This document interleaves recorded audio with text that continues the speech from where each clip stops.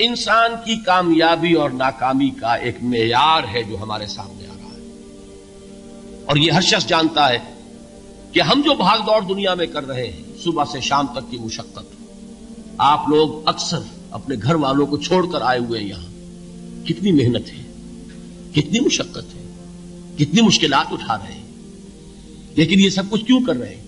کامیابی کے حصول کے لیے۔ البتہ کامیابی کے معیارات ہیں، ہمارے ذہنوں میں جو معیارات بیٹھے ہوئے ہیں وہ کیا ہے؟ کامیابی پیسے سے ہے، کامیابی جائیداد سے ہے، کامیابی کاروبار سے ہے، کامیابی شہرت سے ہے، کامیابی اقتدار سے ہے، یہ معیارات ہیں۔ جو جتنا دولت مند اتنا کامیاب، جو جتنا مشہور اتنا کامیاب، جو جتنا پاپولر اتنا کامیاب، جو حکومت پر پہنچ گیا کامیاب، جس نے بڑا کاروبار جما لیا کامیاب، جس نے بہت جائیداد بنا لی کامیاب۔ یہی ہے اصل میں ساری بس کی گانٹھ۔ جو تصور کامیابی کا ہوگا اسی کے مطابق آپ کی بھاگ دوڑ ہوگی، اسی کے لیے جد و جہد ہوگی، اسی کے لیے توانائیاں صرف ہوں گی، اسی کے لیے دن رات کی مشقت ہوگی۔ یہ ہے اصل شے جس کی یہاں نفی ہو رہی ہے۔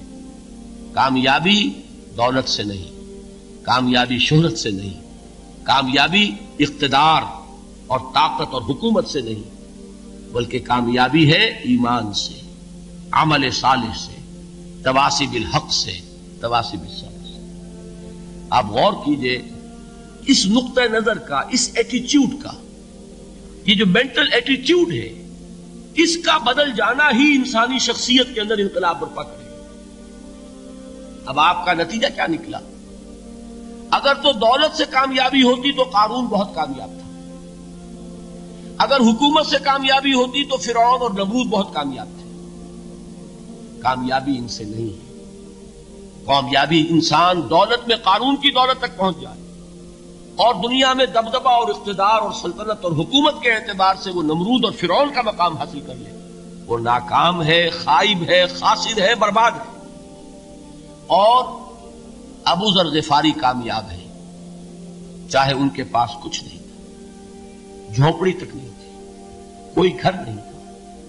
حضور نے فرمایا ہے اللہ کے کچھ بندے ایسے ہوتے ہیں جو کسی محفل میں جانا چاہیں تو انہیں اجازت نہ ملے، جو کہیں اگر رشتہ کرنا چاہیں کوئی ان سے رشتہ کرنے کو تیار نہ، کہیں کوئی سفارش کرنا چاہے تو ان کی کوئی بات ہی نہ سنے۔ لیکن اللہ کے ہاں ان کا وہ مقام ہے کہ اگر بھولے سے بھی کسی بات پر قسم کھا بیٹھتے ہیں تو اللہ ان کی قسم کی لاج رکھتا ہے۔ یہ ہے فرق، یہ جان لیجیے اچھی طرح۔ اس بات کا مان لینا آسان، اس پر سبحان اللہ کہنا آسان، لیکن اس کے مطابق آپ کے اپنے ذہن کا بدل جانا بہت مشکل، اس لیے کہ ہم متاثر ہوتے ہیں اپنے ماحول سے۔ وہ بڑا محل ہے، دیکھ کر ایک دفعہ جھرجھری آتی ہے، وہ بڑی سی 20 فٹ لمبی کار سناٹے کے ساتھ آپ کے پاس سے گزر گئی، ایک دفعہ اعصاب کے اندر ارتعاش ہوتا ہے، محسوس ہوتا ہے بڑے یہ نصیبے والے لوگ ہیں، بڑے خوش نصیب، بڑے کامیاب، حالانکہ کچھ معلوم نہیں کہ یہی سب سے بڑی بد نصیبی ہو سکتا ہے کہ یہی سب سے بڑی ناکامی ہو۔ اگر ذہنوں میں یہ بات بیٹھ جائے کامیابی کس شے سے، یہی وجہ دیکھیے قرآن مجید میں بارہا آپ دیکھیں اولئک هم المفلحون، یہ ہے لوگ کامیاب ہونے والے۔ آج یہ آپ نے نماز میں وہ آیات سنی، یا ایھا الذین آمنوا ارکعوا واسجدوا واعبدوا ربکم وافعلوا الخیر لعلکم تفلحون۔ اے ایمان والو، رکوع کرو، سجدہ کرو، اپنے رب کی پرستش اور بندگی کرو اور اچھے کام کرو تاکہ تم کامیاب ہو جاؤ۔ تو کامیابی کن چیزوں سے ہے؟ یہ ہے سب سے بڑا سبق۔ یہ ہمارے دل میں اگر بات بیٹھ جائے، ٹھک جائے، تو زندگی بدل جائے گی، صبح و شام بدل جائیں گے، نقشے بدل جائیں گے، بھاگ دوڑ کا رنگ بدل جائے گا، ویلیو سٹرکچر بدل جائے گا۔ آج وہ ایک چیز نہایت اہم نظر آ رہی ہے، کل نہایت غیر اہم نظر آئے گی۔ جیسے کہ حضور کی حدیث ہے مالی وللدنیا، مجھے تمہاری اس دنیا سے کیا سروکار ہے، انما مثلی کراکب استظل تحت شجرۃ ثم راح فترکھا، میری مثال تو اس سوار کی سی ہے جو تھوڑی دیر کے لیے ایک درخت کے سائے میں ٹھہرتا ہے سستانے کے لیے، پھر وہ اپنا راستہ لیتا ہے، اسے اس درخت سے مستقل تعلق اس کا نہیں ہے، وہ اس کا گھر نہیں، وہ اس کی منزل نہیں۔ اسی طرح یہ دنیا میرا گھر نہیں ہے۔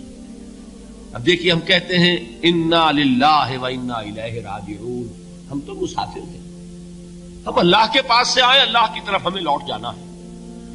کن فی الدنیا کانک غریب و عابر سبیل، حضور فرماتے ہیں دنیا میں ایسے رہو جیسے کہ تم اجنبی ہو یا راہ چلتے مسافر۔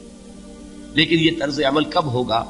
جبکہ یہ آیت ہمارے ذہنوں کے اندر بیٹھ گئی ہو، والعصر ان الانسان لفی خسر الا الذین آمنوا وعملوا الصالحات وتواصوا بالحق وتواصوا بالصبر۔ یہ ہے اصل بات جو میں نے عرض کیا تھا کہ میں بتاؤں گا صحابہ کیوں ایک دوسرے کو یاد دلاتے تھے۔ اس لیے کہ دیکھیے جیسے برف باری اگر ہو رہی ہو، آپ باہر نکلیں گے تو برف آپ کے کپڑوں پر جم جاتی ہے نا، تو آپ جھٹکتے ہیں کپڑوں کو تاکہ برف ہٹ جائے۔ ہمارے ایمان پر اس دنیا میں رہتے ہوئے جب ہم متاثر ہوتے ہیں ماحول سے تو گردہ آ جاتا ہے، برف پڑ جاتی ہے، اس کو جھٹکتے رہنے کی ضرورت ہے۔ اور وہ جھٹکنے کی بہترین اور مؤثر ترین شکل یہی ہے کہ یاد رکھو کامیابی ان چیزوں سے نہیں ہے۔